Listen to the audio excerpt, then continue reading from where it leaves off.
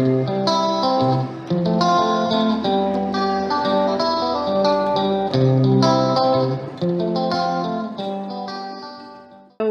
very important aspect of going for a master's or PhD graduate degree is the funding that might be available to you as a student. So next slide, please. So there's different kinds of funding. Most graduate education funding is going to come in one of three forms. Assistantships is where you work for a department or an office in the university in exchange for lowered tuition, sometimes all tuition, and a stipend for your living expenses. These are awarded in three different areas. There's a teaching assistantship, which means you are helping teaching a class. A research assistant, where you are working in the lab alongside other graduate students or professors on a project. And then a general graduate assistantship, where you may be working in an office, and that office could be the president's office or the dean's office or a professor or the academic office. So there's three different kinds of assistantships. None of these are ever guaranteed. And for a master's student, it's very likely that you may not receive one of these positions until the professors get to know you, your skills, and your knowledge. Because as a master's student, you're only going to be on campus for 2 years. PhD students, they may offer that to you because they have so much more information about you from your first semester. Scholarships and fellowships are based on academic merit, sometimes need, sometimes special talents. And these can be awarded from an outside donor or organization. It could be a government scholarship. And sometimes with these scholarships and fellowships, there's going to be an academic level that you must maintain in order to renew that scholarship or fellowship year after year after year. Loans are things that you borrow from the bank. A lot of my students in our master's program will borrow money from their bank at home. And then their anticipation is when they graduate and have that opportunity to do OPT, optional practical training, they will earn enough money to pay back that loan before they have to go home. So there are three different kinds of funding available for graduate students. Next, please. So every institution is going to have its own rules and regulations, its own format, its own available funding. Funding can come from the university as a whole or from an academic department or some grant that maybe a professor has. The assistantships, again, are more common than a pure scholarship. And academic departments are the ones who make those decisions about funding. How many students do they have? How much funding is available? No funding is ever guaranteed to anyone, but you are in the same running as every other student who is looking for funding from the university. And an important thing about the funding too, to remember is that you really do need to have adequate funds available to you in case you don't get any funding. So if a master's program is 2 years, you need to figure out how much money you're going to need to pay your educational expenses and your living expenses for those 2 years that you're going to be working towards that degree. It's more common than not that PhD students will receive more funding and almost 100% funding in some cases than a master's student, because the PhD students are working hand in hand with professors on specific problems or projects over a longer period of time. Again, no one is guaranteed funding, so make sure you are budgeting for that.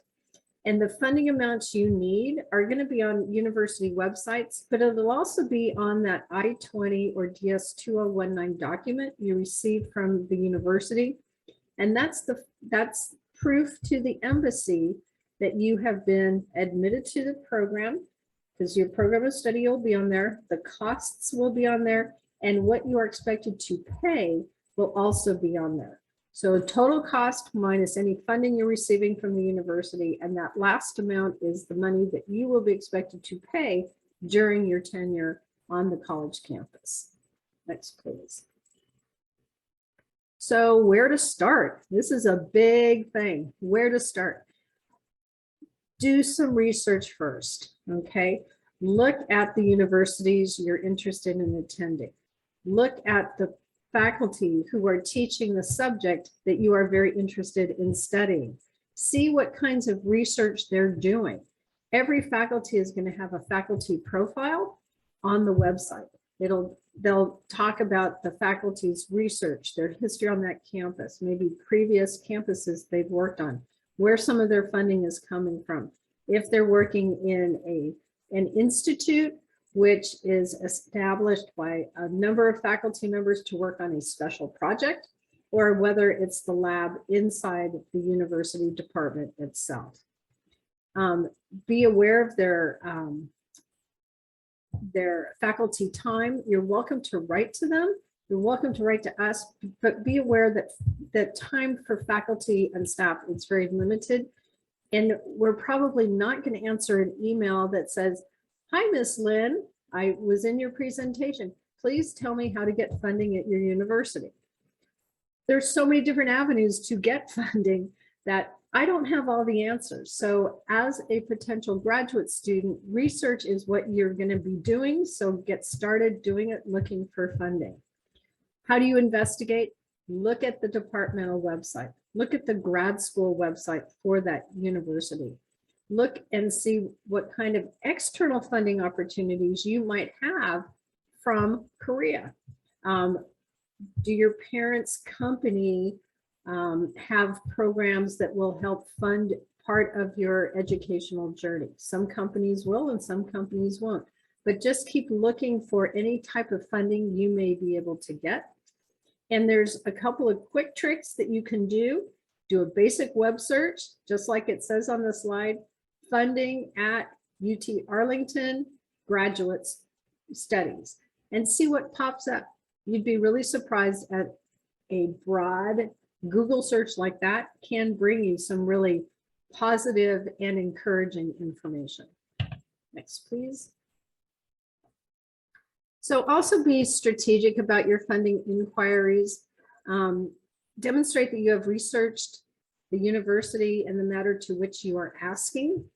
I can't tell you how sort of disheartening it is when we receive an email from a student and in the to box, there's 15, 20, 30 universities all listed at once, right? We know that that student really hasn't done any research on our institutions, so our feelings are a little hurt, but we also know that the student is not pursuing what we have asked them to do, which is to do the research on the institutions that you're really interested in attending. And when you do find those institutions, I know it's going to take more time, but send them individual emails. If you get it accepted or denied from any institution, you know, I'm not sure you want that entire list of places that you've applied to show up in some email later down the line. What is the perspective of the department and professors? You know, are you competitive for funding? What skills and knowledge are you bringing to the table? This can be very important because they're looking for that fit. They're looking for that match to make sure that your skills and knowledge are going to match what they need in their specific area. How can you demonstrate why you should receive that assistantship? Some of that can come out through your SOP. You don't necessarily have to mention it. It could come out from the recommendations in your letters of recommendation. It can come out in how you present yourself on your application. High grades, strong work ethic, all those kinds of things matter. And so those are things that you want to make sure are covered in your application process. Understand that professors publish. You know, if you're interested in a certain thing, look up who is studying or researching or writing about that certain thing. read those articles. When you're writing to a professor or to a department, you can say, Miss Lynn, I just read the article that you wrote about XXX. I was really intrigued because of Y and Z. I'm going to feel really good that you took the time to read something that I wrote, and we can communicate on that basis. We're speaking the same language now. So I think that's also very, very important. And another strategy is Google Scholar can be a real help for you when you are looking for those funding opportunities. Next.